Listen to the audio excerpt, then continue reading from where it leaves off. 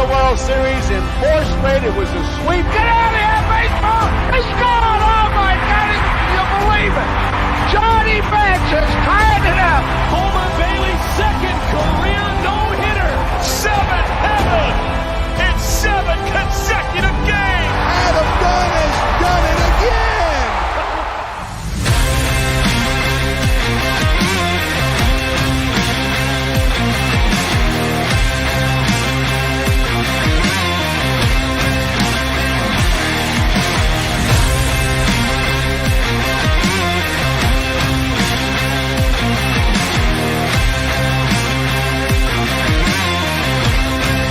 Hey, this is John Zadak, TV voice of the Cincinnati Reds, and you're up for Late Night Reds Talk. Hello, everybody. My name is Tim Daniel, and welcome to a very live, very special, maybe not super special, edition of Late Night Reds Talk Live, the live podcast that loves Cincinnati Reds as part of the BLEAV Podcast Network, presented as always by our friends at BetOnline. Today, I am joined by Nick Kirby and Carlos Guevara. The show is live streamed on YouTube, Twitter, Facebook, and the podcast version is always up the next morning. If you are hanging out with us tonight on YouTube or watching the rerun later on, please take 2 seconds, hit the like button, subscribe to our channel as we try to fight the algorithm.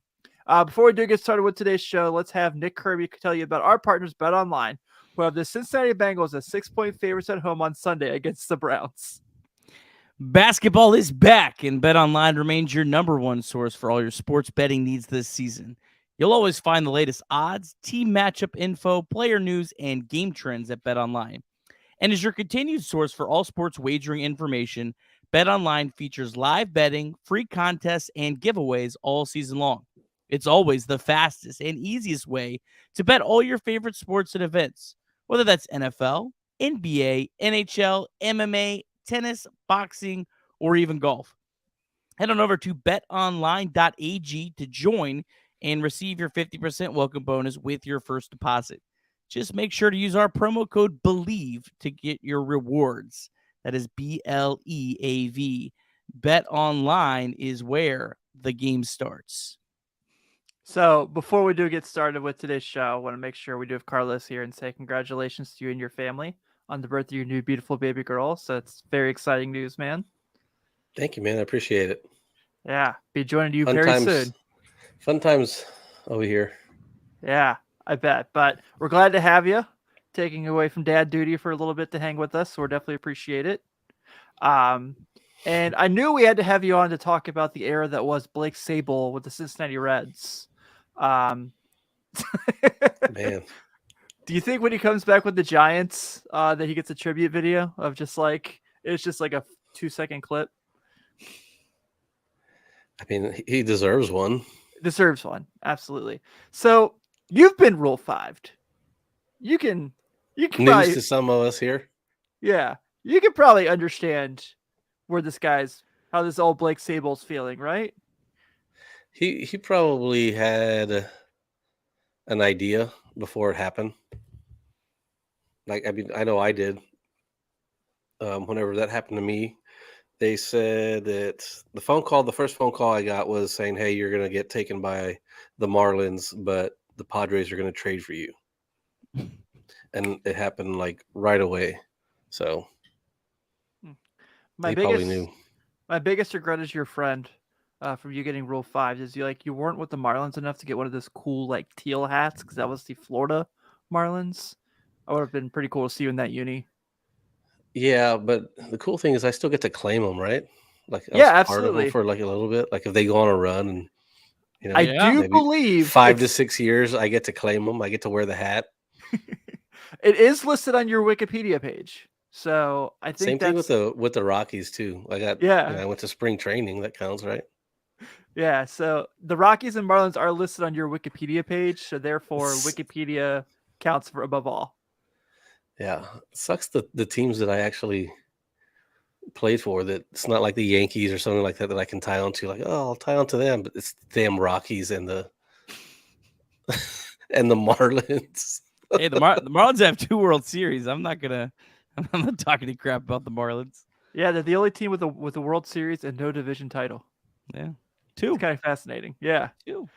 But yeah, so I guess we don't really have to get into what the Reds are getting from Blake Sable, but I guess you can say the correct answer is cash is what they're getting. But pretty fascinating stuff. Old Nick Kroll working some wizardry to get some extra money into the salary cap to sign Andrew McCutchen, which we'll talk about later. I have a feeling that cash isn't a big piece of this. I mean, I could be wrong. I thought maybe this was the Reds are getting someone actually back on the Giants roster, and this is offsetting. Doug Gray made a good point. To make a Rule 5 pick, you have to pay money for it. So the cash could be just paying for that. So I'm interested to see, what becomes of this. I don't, who knows? Who knows with this? This is such a weird situation. I thought if there was ever a year that the Reds would want a Rule 5 guy that they could keep on the roster and really kind of roll the dice with, this was the year. But maybe the Giants really are offering something that's really good back in return. We probably won't know for a while.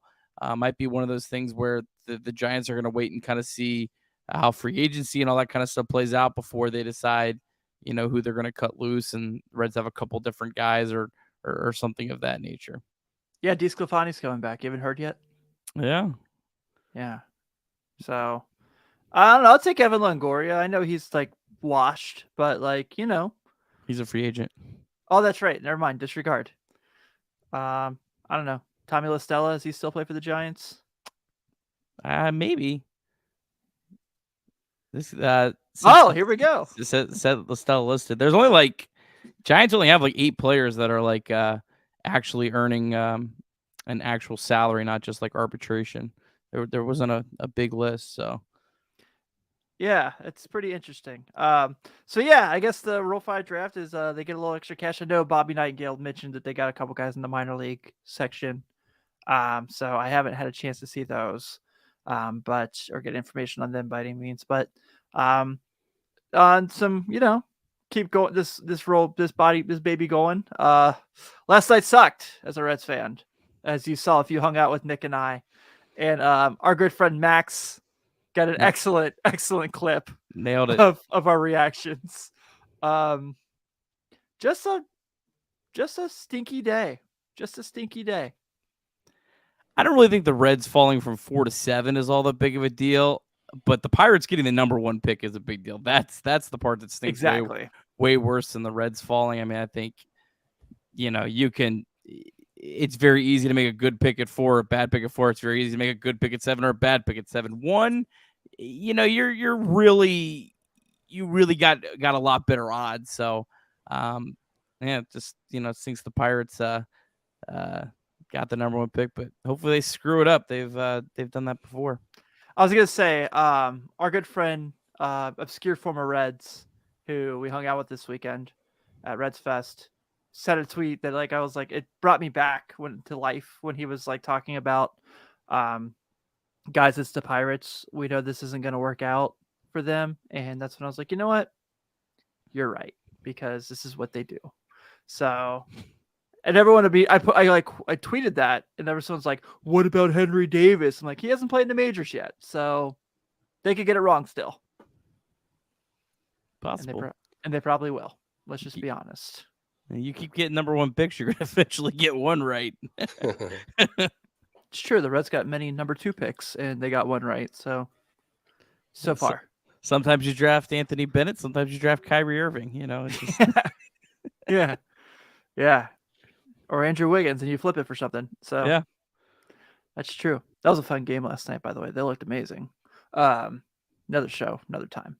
But yeah, I think it was cool. It was a neat little thing. I think it could have been a little more entertaining as far as the lottery, but it's their first one. They're learning. So I think they probably are going to learn a little bit more for production to make it better for next year, especially if the Reds are in the same boat again. Maybe, I don't know, we get that 1 pick next year. That'd be cool. All those guys that were sitting in look so freaking awkward. Joe just they were so nervous to be on the camera. They were like, yeah, Joe just looked mad. He was mad. He was, yeah. I like his passion. I like Joe. I knew the results before it happened. I don't think they did. I would think they would be smart enough to say, all right, we're not telling the guys that we're putting out there the results, because Like we want some kind of reaction. The Pirates tweeted out a really cool video of like their front office like all celebrating, and I'm like, why wasn't this like live streamed on the broadcast? I know. Like this would have been a great like have have at least like the top 10 or whatever like the realistic odds are, have like all their front office with the webcam or whatever. That was a cool reaction. And yeah, like if that would have been the Reds, like it would have been awesome to see like Nick Krall not having, he would have a bit of emotion, be like like a small little like it seems like they had a good opportunity and they missed it. Hopefully next year they do a little something. I mean, because 30-minute show, they could church it up a little bit. Come on. I mean, this is the last time baseball is really going to be relevant until February. People get excited about the winter meetings and like a lot of the conversation. And if you flip on ESPN, you're getting a lot of baseball coverage right now. But once you get past this, there's going to be very little baseball talk until then. So, you got to capitalize on this week. Do you think Blake Siebel will be able to beat out Arson Judge in the Giants' depth? I don't know. Is he better than Coke Hamels? Dude, it's so fun. I Yeah. love it. I love John Heyman. He's like, I do too. He's kind of like that. He's kind of like Stephen A. Smith in a way, where like he's kind of so like ridiculous and over the top that everyone used to like, just make fun of him. And now I just like embrace him. I think he's great. I think he's awesome. I think he's entertaining. I love every time he's on TV because he's so serious when he's on TV. Oh, he blows. It's so funny that I saw a video of him like walking in the lobby, and the tweet was like the loneliest man on earth, just watching his mentions burn to the ground. I hope he did it on purpose. To get more recognition. Wait, you said burn to the ground. Is that an arson reference? Oh, yes, it was. Or a Coke reference. You're a sharp one. Nothing gets past Tim. All right.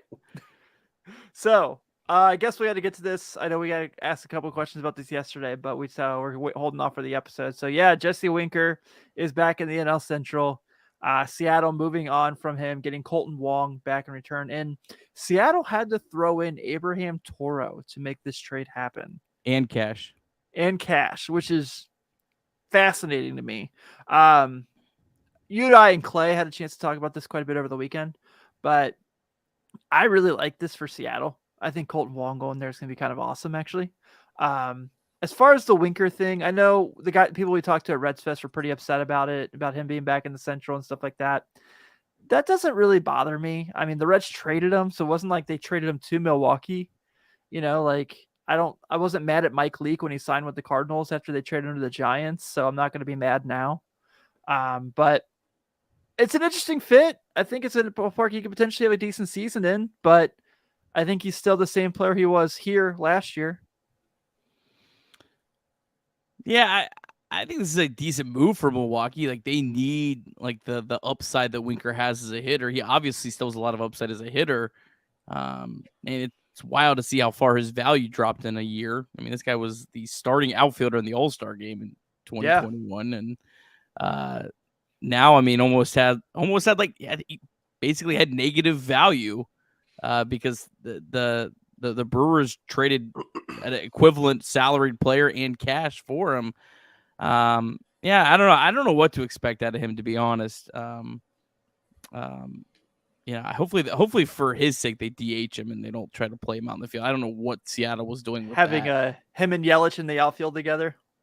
Yeah, it's just wild how different a year could be. Like, when this trade happened, not that long ago in March, the thing was up with, Eugenio Suarez was a throw-in, and now Eugenio Suarez is a big part of the Mariners, and Jesse Winker is the expendable guy that you're trying to get rid of.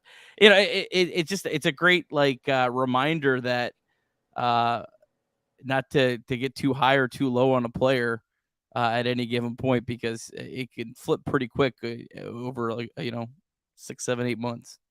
Carlos, you're pretty high on this move for Winker, aren't you? On what?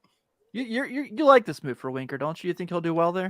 Yeah, I think it will. Obviously, it wasn't a good time for him there in Seattle.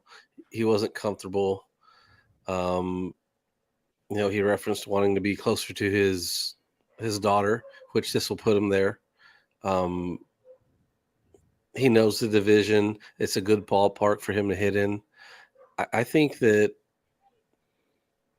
the Brewers are going to end up getting the better of this deal here. That's just my guess. I'm hopeful for it because I want to see him do well. Maybe not the games that he's playing the Reds, but I think it's going to be good for him. It's just my hot take, I guess. I have no idea who Abraham Toro is.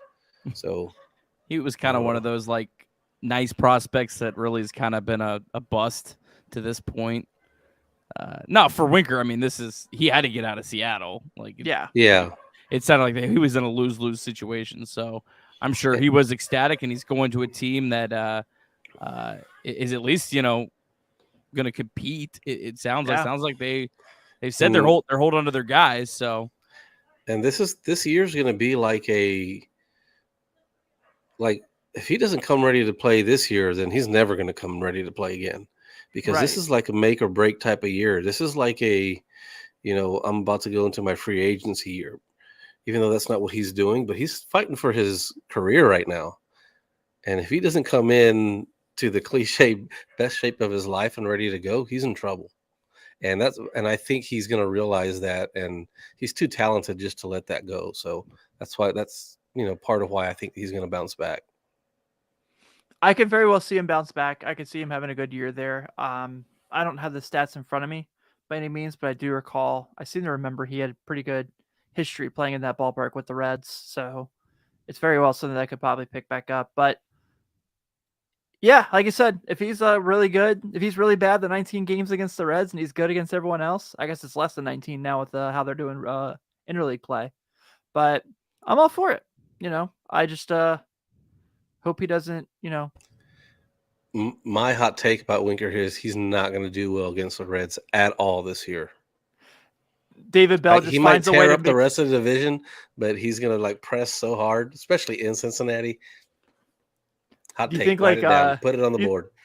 You think David Bell just the day that he sees they play the Brewers, he's like, okay, so we're gonna go and move Nick Lodolo's start to there. Reaver San Martin's coming in the sixth. Spot start. Yeah. Reaver. Reaver would be like a brutal matchup for Jesse. I think that's like the guy that's really not really that great, but he's gonna get torched up. But to Carlos's point, I mean, Jesse Winker legitimately could be staring at a bad season, getting a 1-year, $5 million deal next year. Or if he does well, he could be getting $50, $60 million deal. It's that's how big of a variance he has because his track record is so mixed with his injury history that he has a lot of money at stake this year. Yeah, he does. It's going to be really interesting. He does get to wear some of the coolest uniforms in baseball, at least. So props to him on that. I like it. I always like the Brewers jerseys. But let's kind of go through real quick because we'll talk about this throughout the year. Let's look at some hot stove action here. And I know the Aaron Judge thing is going to be the big topic of discussion. But how about the Cubs going crazy with spending a little extra money the last couple of days? Guys that we had said, we wanted to see the Reds potentially make a run at, go to Chicago with Jameson Taillon, former pitcher of the Pirates and Yankees, and Cody Bellinger, former National League MVP. Bellinger on a 1-year, $17 million deal. I think Jameson Taillon got a multi-year deal, if I remember correctly. Yeah, 4 years. Thank you, Nick.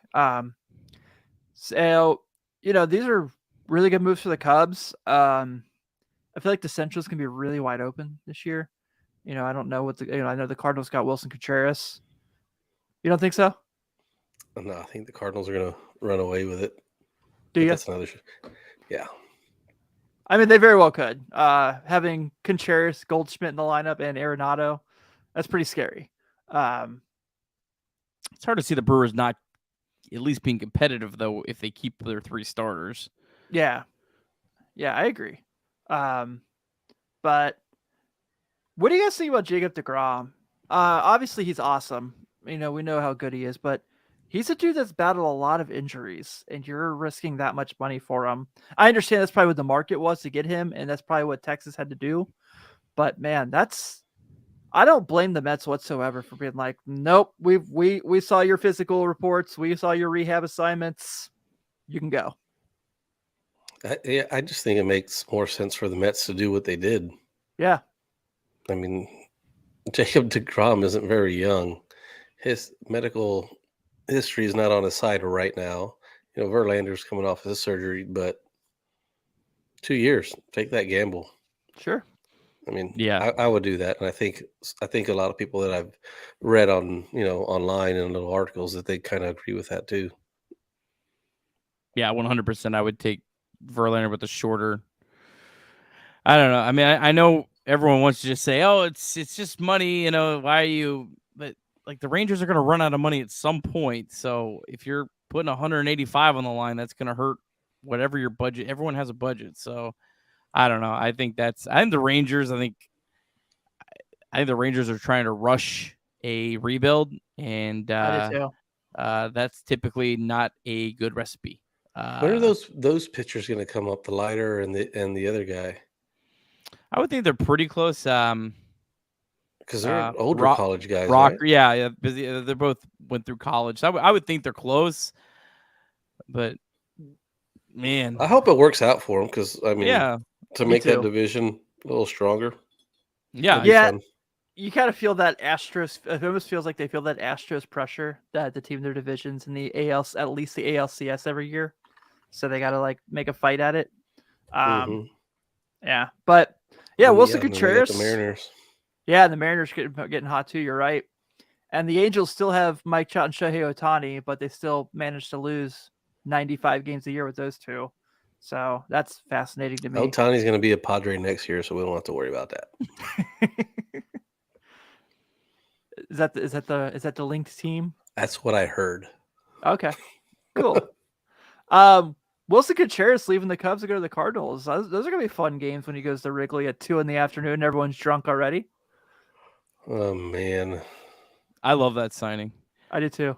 I think that is a signing that's going to be good for the Reds. I don't think it's a bad signing for the Cardinals, but I don't see like him in his age 35, 36 season as a catcher aging all that well. And that's about when we're, hoping the Reds are at their, peak or whatever of kind of where their players are at now. So yeah, I want all the NL Central teams to sign big, long contracts.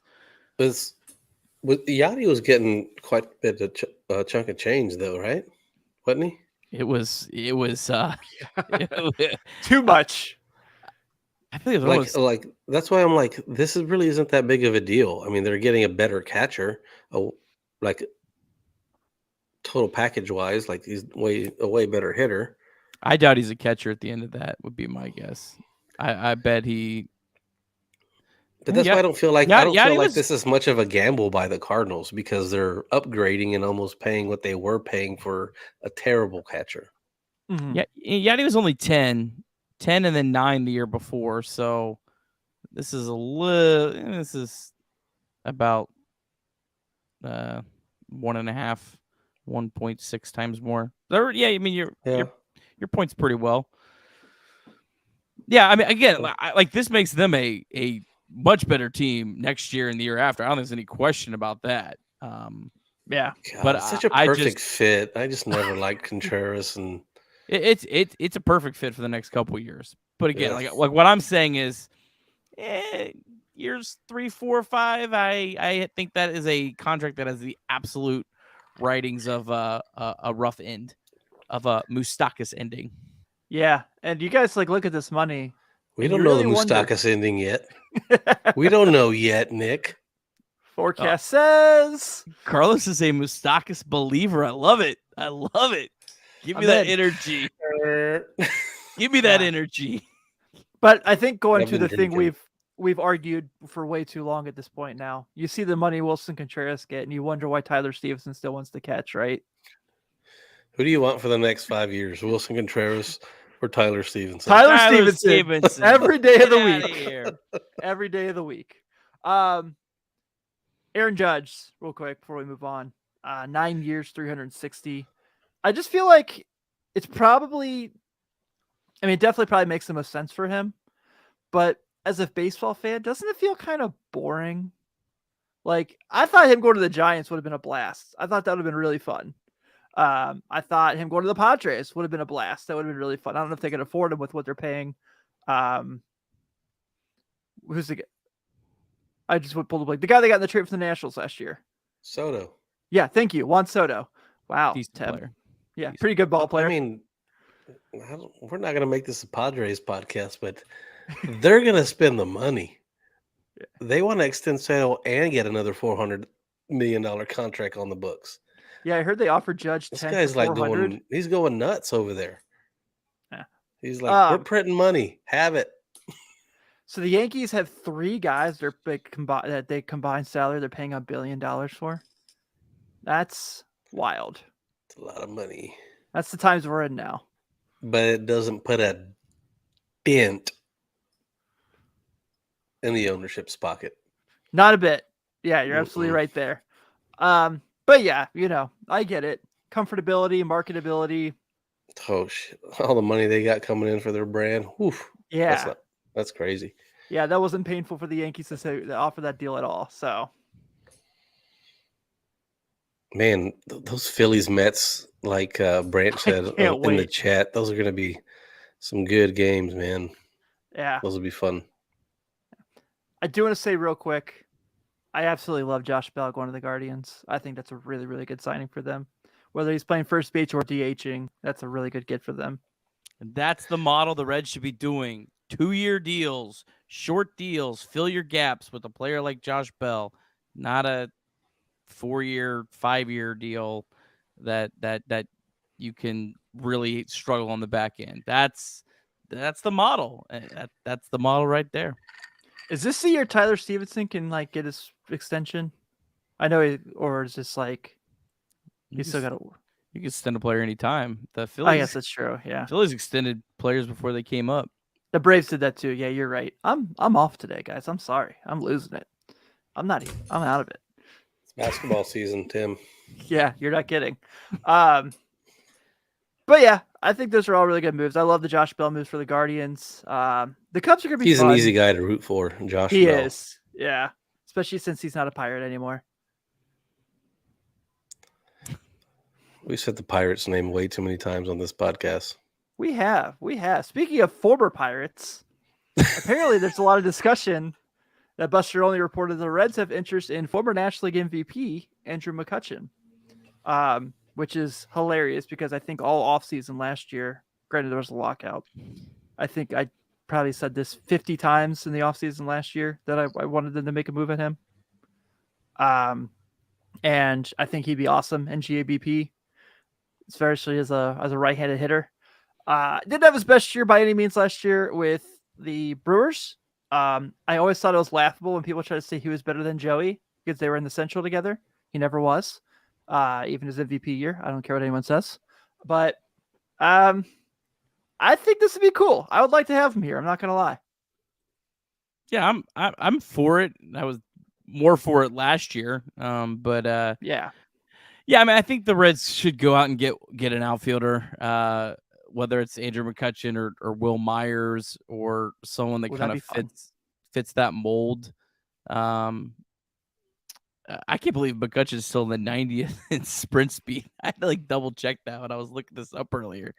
I can't believe he's still that fast. But yeah, I mean, he'd be a good balance with a very heavy left-handed outfield right now. He's hit lefties really well throughout his career. Last year was okay. It was good. I mean, 106 isn't.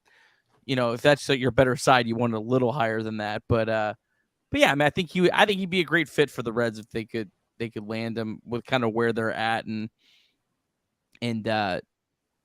what they're trying to accomplish next year. I think he'd be a pretty good fit. Joey needs somebody his age to hang out with. That's a good point. He needs a teammate. Yeah, they bring in McCutchen, they bring back Johnny Cueto, and those three can just chill. They can talk about the glory days of 2012. Yeah, it's like they all get off the plane and head to the hotel, and they all ask Joey if he can go buy them liquor or something. It's he needs a friend, guys. Yeah. Joey supplying liquor. That'd be pretty funny. Uh, I love that. But yeah, I think this would be a decent move for them. I'd be pretty cool about it. Nick, you talked a little bit about this. Apparently, they also have interest in a guy like Seth Lugo, who has been a Mets reliever. There's talks about him potentially going to being a starter. Has decent numbers if you look at his StatCast and his statistics down the road. Has a little bit up and down. But what do you think about this as a potential move fit for them?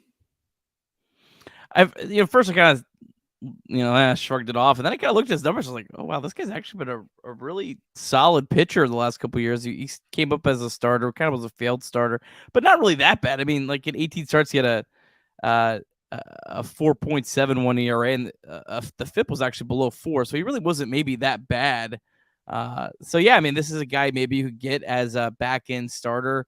That's significantly discounted versus like a Jameson Taillon. But honestly, might end up with similar numbers to Jameson Taillon if he's able to make that transition back to a starter. Carlos, what would it be like for a guy like Lugo, who's been a reliever pretty much strictly for 4 or 5 years, trying to transition back to a starter? I mean, there's been several guys that have done it. How hard is something like that? I mean, just looking at the innings pitched, he hasn't thrown a lot of innings at all. Well, 2020 was that is a lot of innings in 2020. A lot of strikeouts too. Yeah, I mean, but like last year, 65 innings, 21-46. Last time, I mean, he's never even thrown over 100 innings, and I don't know. I don't like him. I don't like that as a chance to do as a starter. It just depends how much money, if he's going to be just like a wingman, like another Cessa. Yeah, like that, then that's fine. Sure. Get him for a good price, and because they're going to need innings eaters. It's true. I don't mind it. He throws strikes and he moves the game along. So he'd be like the 6th or 7th best pitcher on the roster. So yeah. Bring him aboard. Sure. Yeah, no kidding. Yeah, let's go for it. It's like know what you're getting. It's not like we're inviting this guy to camp and hopefully he makes a team with Seth Lugo. You know what you're getting. That fills a role, fills a need. Do it. So Zachary Ertzel asked, would Kutch really want to come here, being Andrew McCutchen? If we're being honest, the Reds are going to lose 85+ again as constructed. That's a good point. It is. I don't know what his market's necessarily going to be, though. Like, are contenders going to go after him? Is really contenders would probably be like a 4th outfielder, like a platoon role. Yeah, he's not going to get a starting job on the Dodgers. It just depends, really. I mean, what is he looking for? Yeah. Does he want to start? Does he want to? Reds could. This might sound weird. Might be able to pay him more than some other teams that are. Hey, if you're a platoon guy, we'll play. We'd love you for $3.5 million. But the Reds would be like, hey, we could do, like $7 million, like we did for Tommy Pham last year. It just depends. Yeah. Is he trying to play more than one more year? If he signs with the Reds, he's probably not going to stay all year either. That's also something to, factor in. True. Yeah, hopefully. Hey, Andrew, come here, play for 3 really good months, and we'll ship you off to a contender, and we'll get you a starting job somewhere. Like Brandon Drury. I was say like Drury, yeah. Yeah. Nice question, old Zachary. Yeah, I like that question a lot, actually. It's a really good one. So there's a few more things that came out kind of real quick. Nick, why don't you catch us up a little bit, Nick? Yeah, did want to discuss this one real quick, then the rest we'll just kind of run through. Carl says the Reds are not necessarily prioritizing the addition of a veteran starter. I mean, I hope that those comments mean that the Reds are higher on guys like Brandon Williamson next year, and think that, hey, Brandon Williamson is a guy that's ready to jump in the rotation. I hope that's how I'm reading it, and not just just being cheap.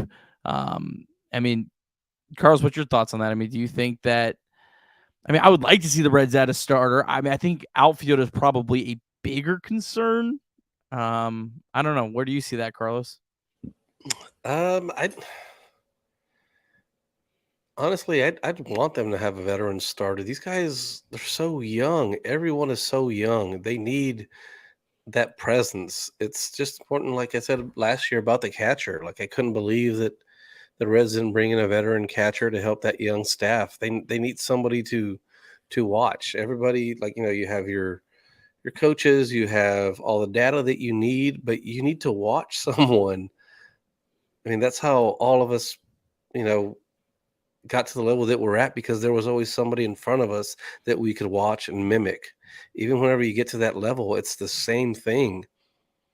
Like, you can tell me what to do, you can give me all the numbers that show me what I'm supposed to do, but until I see you do it or see how you go about doing it, see how you handle yourself during certain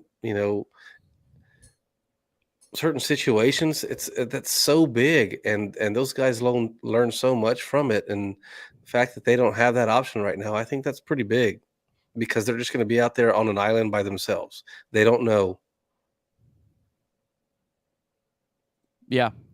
No, I'd like to see. I'd love Cueto, like Branch said. Yeah, please. Yeah. It'd be interesting to kind of see.